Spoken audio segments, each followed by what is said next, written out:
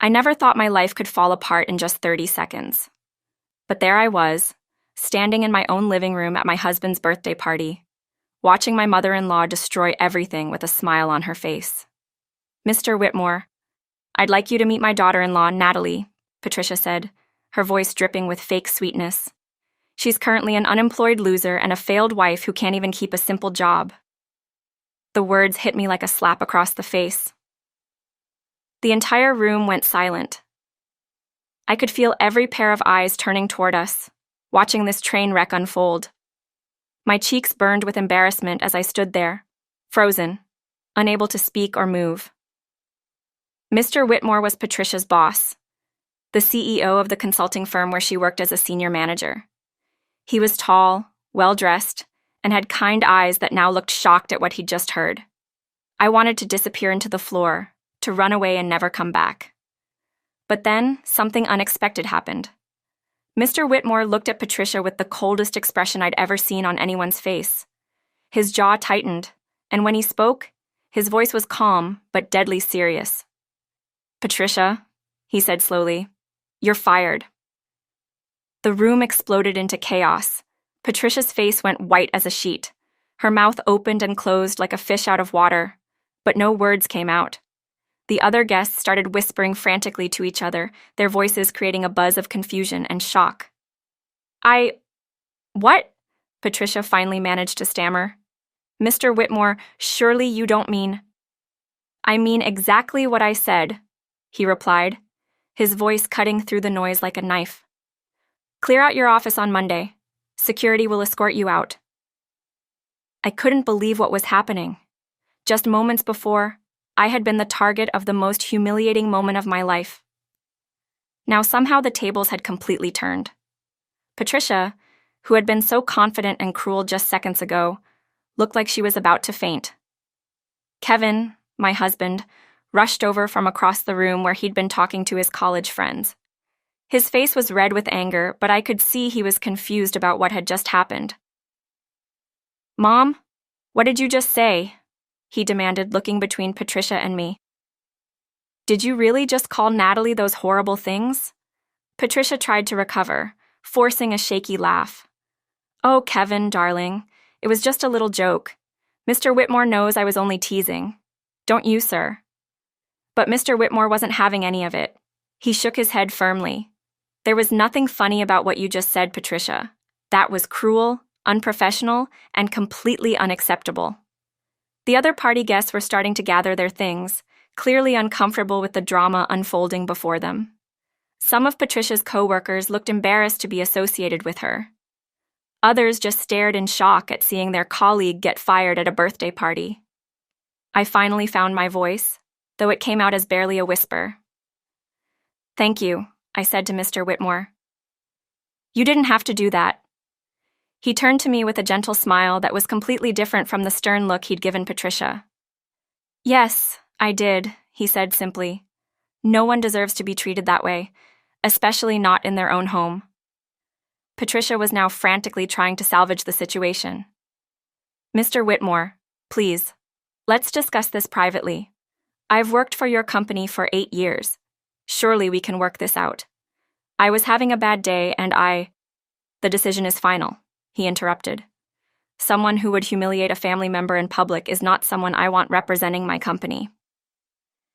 As Mr. Whitmore walked away to get his coat, Patricia turned to me with pure hatred in her eyes. For the first time since I'd known her, she looked truly defeated. But I could see that she blamed me for everything that had just happened. The party was clearly over. Guests were leaving quickly, offering awkward goodbyes and avoiding eye contact. Kevin stood between his mother and me, looking torn and confused. But as I watched Patricia's world crumble around her, I couldn't help but feel that maybe, just maybe, this was the beginning of something better. 3 months earlier, my world had started falling apart on a Tuesday morning. I remember it perfectly because I was wearing my lucky blue dress, the one I'd worn to every important meeting for the past 2 years. Ironic, considering it didn't bring me any luck that day. "Natalie, could you come to my office, please?" My manager's voice was different that morning. Softer, more careful. That's when I knew something was wrong. The walk down the hallway felt like it lasted forever. My heart was pounding so hard I was sure everyone could hear it. When I sat down across from him, he couldn't even look me in the eyes. "I'm really sorry, Natalie," he said, sliding a folder across his desk. "The company is restructuring. We're letting go of 30% of the marketing department." Just like that, 5 years of hard work disappeared. 5 years of late nights, successful campaigns, and building relationships with clients, gone. The worst part wasn't losing my job. The worst part was going home and telling Kevin. He held me while I cried that night, promising everything would be okay. "We'll figure this out together," he whispered into my hair. "You're talented, Nat. Someone else will see that." But someone else had very different ideas about my situation. Patricia showed up at our apartment the next evening with a casserole and a fake smile. "Oh, you poor thing," she said, setting the dish on our counter like she owned the place. "Kevin told me about your little setback." Little setback. That's what she called losing my career. "It's temporary, Patricia," I said, trying to keep my voice steady. "I'm already updating my resume and reaching out to contacts." She made a clicking sound with her tongue, the same sound she made when she disapproved of something. "Well, dear, the job market is very competitive these days, especially for people in their late 20s without advanced degrees." Kevin walked into the kitchen just as she said it. "Mom, Natalie has a bachelor's degree and 5 years of experience. She'll find something." "Of course she will, sweetheart," Patricia said, patting his arm. "I'm just saying it might take a while. Maybe this is a sign that she should focus on being a better wife instead of chasing after career dreams." The comment stung, but I bit my tongue. Kevin frowned at his mother, but he didn't say anything strong enough to shut her down. That became the pattern over the next few weeks. Every time Patricia visited, she had a new way to remind me of my unemployment. "Still no luck with the job hunt?" she'd ask with fake concern. "Maybe you should lower your expectations.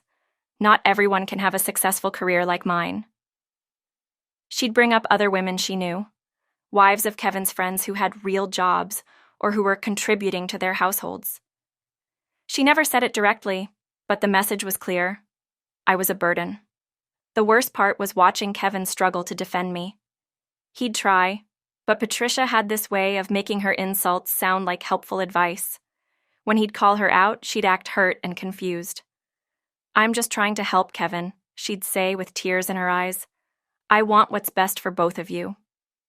As weeks turned into months, I started believing her. Maybe I was a failure. Maybe I wasn't trying hard enough. Maybe Kevin deserved better than a wife who couldn't even keep a job. The breaking point came when Patricia suggested we cancel Kevin's birthday party. "It seems inappropriate to celebrate when the family is going through such financial stress," she said during one of her surprise visits. "Besides, Natalie probably can't afford to host properly right now." That's when Kevin finally showed some backbone. "We're having the party, Mom. Natalie's been planning it for weeks." "Well, if you insist," Patricia said with a sigh. "But let me help. I'll invite some of my colleagues from work. It would be good for Natalie to meet successful people. Maybe someone will take pity on her and offer her something." I should have said no. I should have told her we didn't need her help or her pity. But I was so worn down, so tired of fighting, that I just nodded. "That's very kind of you, Patricia," I said quietly. She smiled then, but it wasn't a kind smile. It was the smile of someone who had just won a game I didn't even know we were playing. "Wonderful," she said. "I'll make sure to introduce you to everyone properly. After all, first impressions are so important in business." Looking back now, I realized that was the moment she decided to destroy me. She'd spent 3 months breaking down my confidence, making me feel worthless and small. The party would be her grand finale, the perfect opportunity to humiliate me in front of people who mattered in her professional world. I just didn't see it coming. The morning of Kevin's birthday party, I woke up with a knot in my stomach that felt like it was made of concrete. I'd barely slept, tossing and turning all night, worrying about everything that could go wrong. Kevin was already in the shower, humming some song he'd heard on the radio, completely unaware of the anxiety eating me alive. I stood in front of my closet for 20 minutes, trying to decide what to wear. Everything looked wrong. Too casual, too formal, too bright, too dull. Finally, I settled on a simple black dress that Kevin had always said looked nice on me. At least if I was going to embarrass myself, I'd look decent doing it. Patricia arrived at noon, 3 hours before the party was supposed to start. She knocked once and then used her spare key to let herself in, calling out, "Hello, darlings," like she owned the place. "You're early," I said, trying to keep the irritation out of my voice. "I thought you might need help," she replied, looking around our living room with that critical expression she always wore. "Good thing I came. This setup won't work at all." Before I could protest, she was already moving our furniture around. The coffee table went to a different corner. The couch got pushed back against the wall. She rearranged the flowers I'd spent an hour arranging that morning, clicking her tongue disapprovingly. "Patricia, everything was fine the way it was," I said, watching her undo all my work. "Oh, sweetie, you tried your best," she said without looking at me. "But when you're entertaining professional people, presentation matters. You'll understand someday when you have a real career again." Kevin came downstairs, freshly showered and wearing the new shirt I'd bought him for his birthday. "Hey, Mom, you're here early." "Just helping Natalie get ready," Patricia said, giving him a kiss on the cheek. "She's been working so hard on this party. It's sweet how she's trying to contribute, even without a job." There it was again, that little dig wrapped up in fake praise. Kevin frowned slightly but didn't say anything. He never did. For the next 2 hours, Patricia took over everything. She criticized the music I'd chosen, saying it was too young for her colleagues. She moved the food around on the platters, claiming my arrangement looked amateur. She even suggested I change my dress. "Black is so depressing, dear," she said, eyeing me up and down. "Don't you have something more cheerful? You want to make a good impression on my boss." "I like this dress," I said firmly. It was one of the few times I stood up to her that day. She shrugged. "Suit yourself, though I do think first impressions matter so much in business. Mr. Whitmore is very particular about the people he associates with." The way she said it made my skin crawl, like she was planning something, like this whole thing was some kind of test I was destined to fail. As the afternoon wore on, Patricia kept making little comments about the party, about me, about how important her work friends were. She told me 3 times how successful Mr. Whitmore was, how he'd built his company from nothing, how he only respected people who pulled their own weight. "He's very traditional," she said, while adjusting the napkins for the 4th time. "He believes wives should support their husbands, not be a burden on them." Each comment felt like a tiny needle prick. By the time guests were supposed to arrive, I felt like I'd been stabbed 100 times. Kevin found me in the kitchen, gripping the counter and trying to calm my nerves. "You okay?" he asked, putting his hand on my shoulder. "Just nervous," I admitted. "Your mom's friends are all so successful, and I'm just—" "You're amazing," he said, turning me around to face him. "Don't let her get in your head, Nat. You're smart, talented, and anyone would be lucky to know you." I wanted to believe him. I really did. But as the doorbell rang and the first guests arrived, all I could think about was Patricia's smile when she talked about introducing me to her boss. It wasn't a kind smile. It was the smile of someone who was about to enjoy watching me fall. I just didn't know how far she planned to push me. The first guests to arrive were Kevin's college friends, Tom and his wife Jennifer, along with Mike and his girlfriend Ashley. They were easy to talk to, people I'd known for years who made me feel comfortable and normal. For a brief moment, I thought maybe the evening wouldn't be so bad after all. Then Patricia's colleagues started showing up. They came in expensive cars and designer clothes, carrying bottles of wine that probably cost more than my grocery budget for a week. Patricia immediately swooped in to greet them, her voice becoming higher and more animated than usual. "Welcome! Welcome!" she gushed, taking their coats and introducing them to Kevin. "This is my son, the birthday boy. He's an accountant at Morrison Associates." I noticed how she emphasized Kevin's job title, making sure everyone knew he was successful and employed. When she introduced me, it was always just, "This is Natalie, Kevin's wife," with no mention of what I did or who I was beyond that label. Mrs. Henderson from Patricia's department arrived with her husband, a doctor. Patricia made sure to mention his profession 3 times in the first 5 minutes. Dr. Henderson was just telling me about his new practice, she said loudly enough for everyone to hear. It's so wonderful when couples can both contribute professionally to their household. The comment was clearly directed at me, and I felt my cheeks burn with embarrassment. Jennifer, Kevin's friend's wife, gave me a sympathetic look and tried to change the subject by asking about the appetizers I'd made. These are delicious, Natalie, she said. Did you make them yourself? She has plenty of time for cooking these days, Patricia interjected with a laugh that sounded like breaking glass. It's nice when wives can focus on domestic duties. The conversation continued like this for the next hour. Every time someone complimented something I'd done for the party, Patricia found a way to remind everyone that I had all the time in the world since I wasn't working. When Kevin's friends talked about their jobs, she'd make pointed comments about how important it was for both partners to be productive members of society. I tried to escape to the kitchen several times, but Patricia always found reasons to call me back into the living room. Natalie, come tell Mrs. Chen about that cooking class you took, she'd say, making it sound like I was just playing around instead of trying to build new skills. The worst moment came when Ashley, Mike's girlfriend, mentioned that she was between jobs after finishing graduate school. Oh, how exciting, Patricia said with genuine enthusiasm. What field are you looking in? Marketing and communications, Ashley replied. I just finished my master's degree, so I'm hoping to find something in brand management. Patricia's eyes lit up. How wonderful! A master's degree, that's so impressive. Natalie used to work in marketing too, didn't you, dear? All eyes turned to me. I felt like a deer caught in headlights. Yes, I worked for Brennan Communications for 5 years. Until she got laid off? Patricia added quickly, her voice dripping with fake sympathy. It's such a competitive field, especially for people without advanced degrees. Ashley looked uncomfortable, clearly sensing the tension.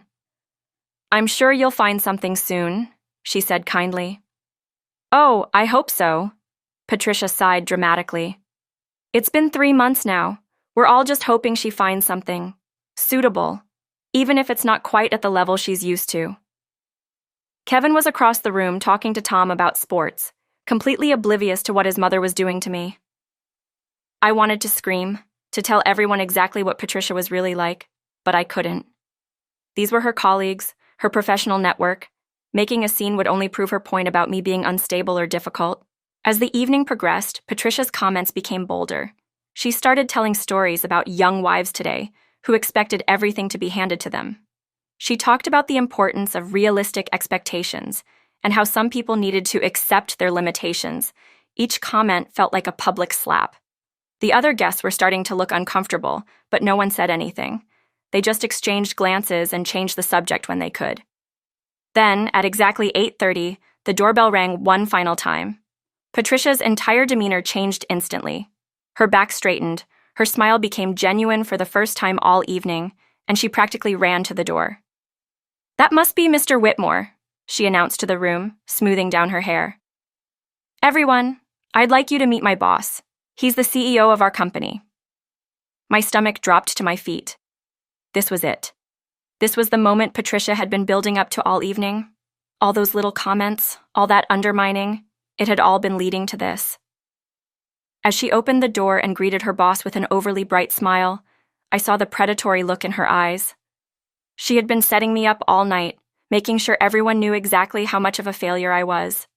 Now she was ready to deliver the final blow. Mr. Whitmore stepped into our living room like he owned every space he entered. He was tall and distinguished, with silver hair and the kind of confident presence that made everyone else seem smaller. He wore a perfectly tailored navy suit and carried himself with the ease of someone who was used to being the most important person in any room. Alexander! Patricia practically sang his name, taking his coat with the enthusiasm of a schoolgirl meeting her favorite celebrity. I'm so glad you could make it. Kevin will be thrilled that you're here. Happy to celebrate with the family, Mr. Whitmore said politely, his voice warm but professional. Thank you for inviting me, Patricia. I watched from across the room as Patricia immediately began introducing him to her colleagues. She was in her element now, basking in the reflected glory of having her boss at her son's party.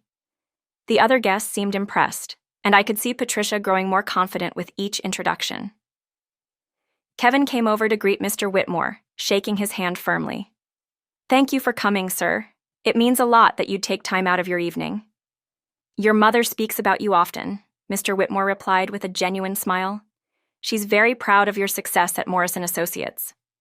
I stayed in the background, hoping to avoid the inevitable introduction for as long as possible. But Patricia's eyes found mine across the room, and I saw that predatory gleam again. She was ready for her grand finale. "Mr. Whitmore," she called out, her voice cutting through the conversations around us. "There's someone very special I'd like you to meet." The room seemed to quiet down as she approached me, her boss following behind her.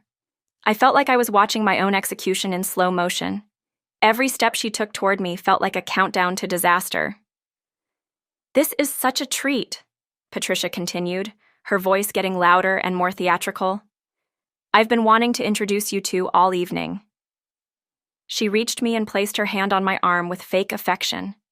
Her grip was tight enough to leave marks, and I could feel her excitement radiating through her fingers. This was the moment she'd been planning for months. "Mr. Whitmore," she said, her voice now loud enough for everyone in the room to hear clearly, "I'd like you to meet my daughter-in-law, Natalie." I opened my mouth to say hello, to try to make a normal introduction, but Patricia wasn't finished. She paused for just a moment, letting the anticipation build, and then delivered her killing blow.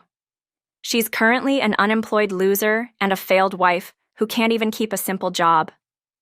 The words hit the room like a physical force. Every conversation stopped mid-sentence.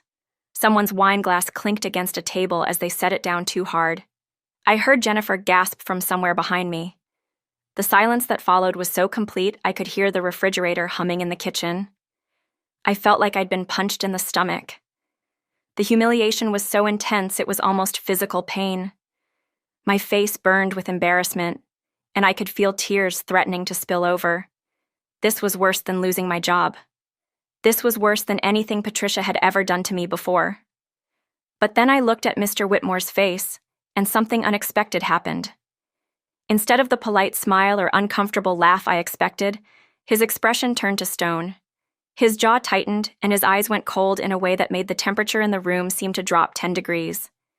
He looked at Patricia like she was something disgusting he'd found on the bottom of his shoe.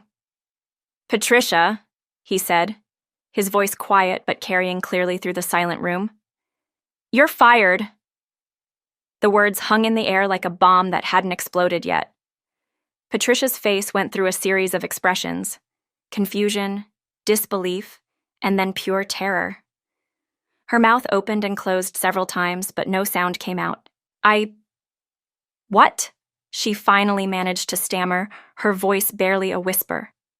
"Mr. Whitmore, surely you don't mean—" "I mean exactly what I said," he replied, his voice cutting through her protests like a knife.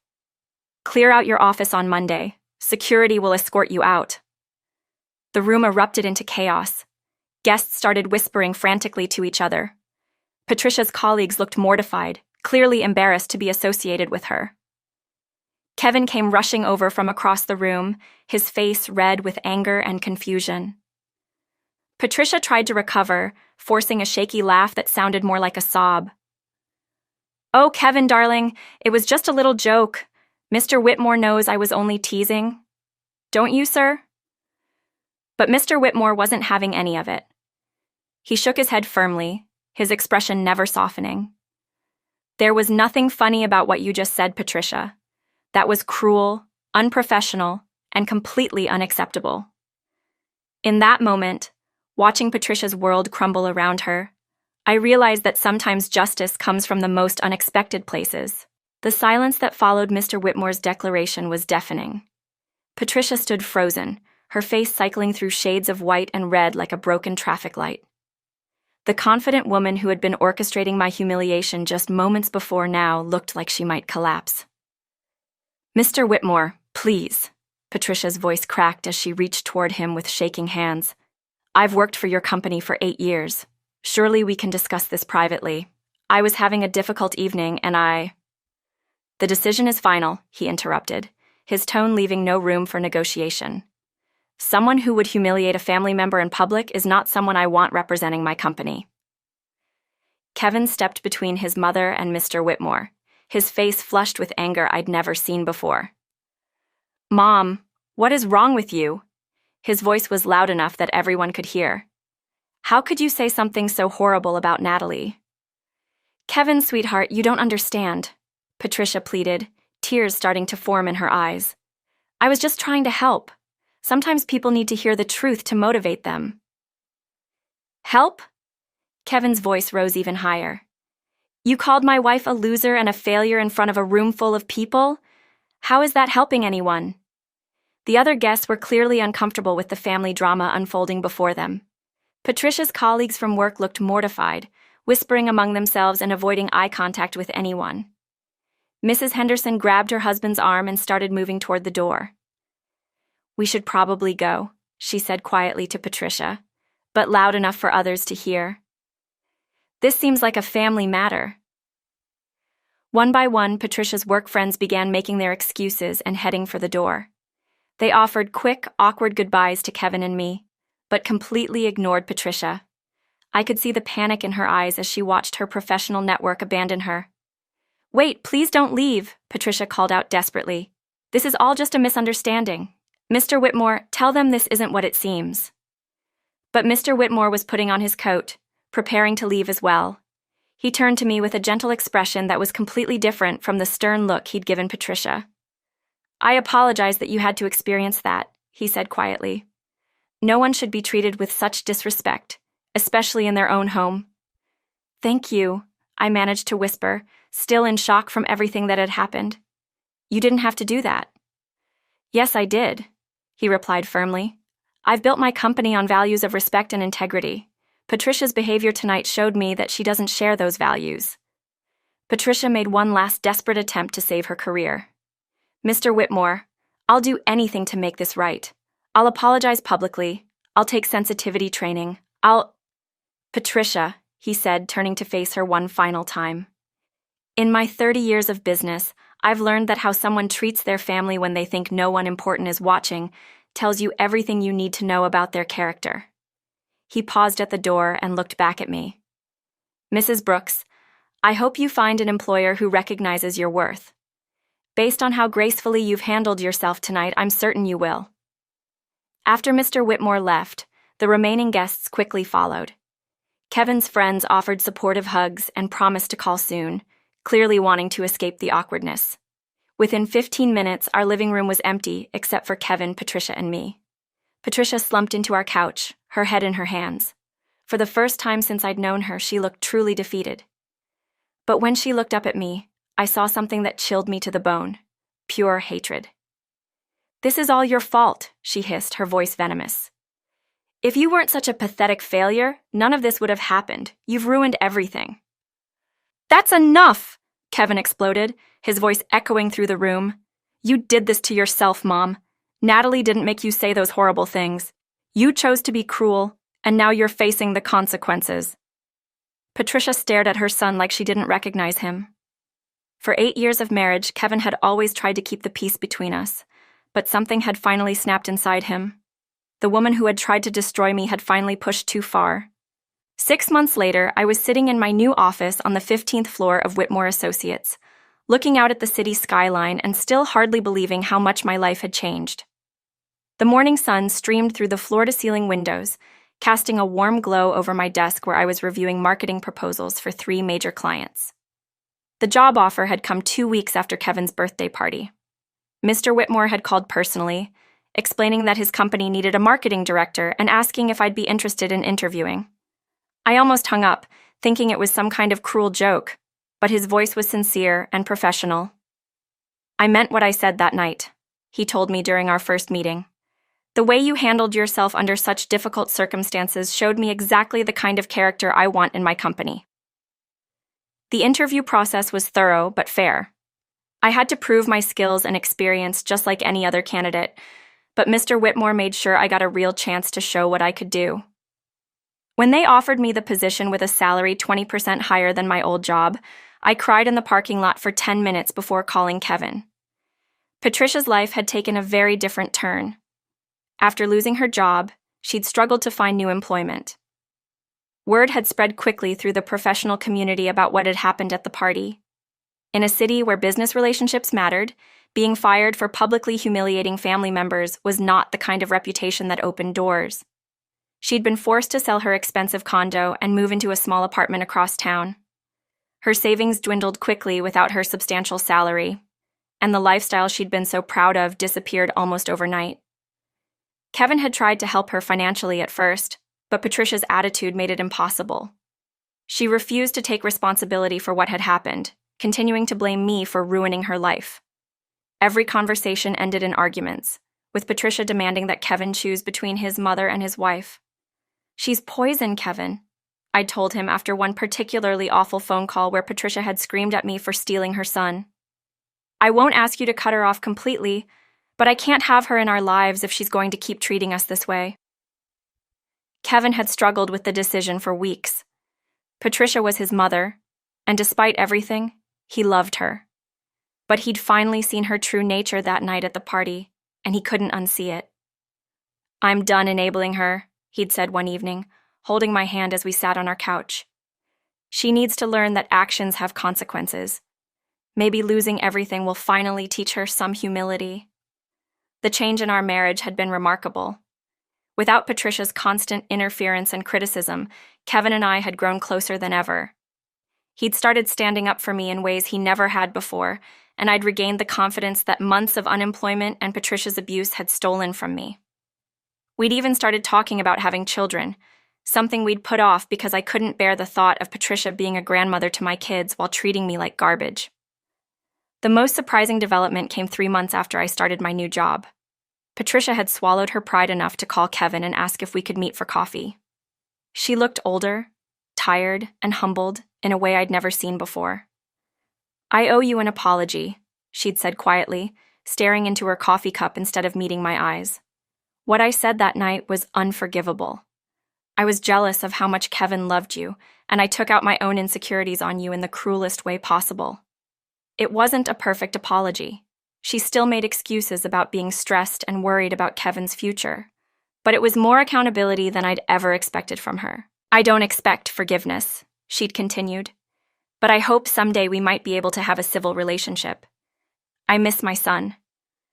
I'd looked at this broken woman across from me and felt something I never thought I'd feel for Patricia: pity. Her need to control and belittle others had cost her everything that mattered. "We can try," I'd said carefully, "but things will be different now. I won't tolerate disrespect, and Kevin won't either." She'd nodded, tears in her eyes. "I understand."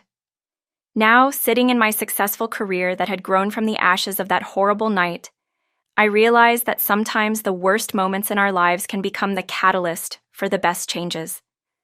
Patricia's cruelty had backfired spectacularly, leading me to a better job, a stronger marriage, and finally earning the respect I'd always deserved. As I picked up my phone to call Kevin and tell him about the promotion I'd just received, I smiled. Sometimes justice doesn't just come from unexpected places. Sometimes it comes with interest.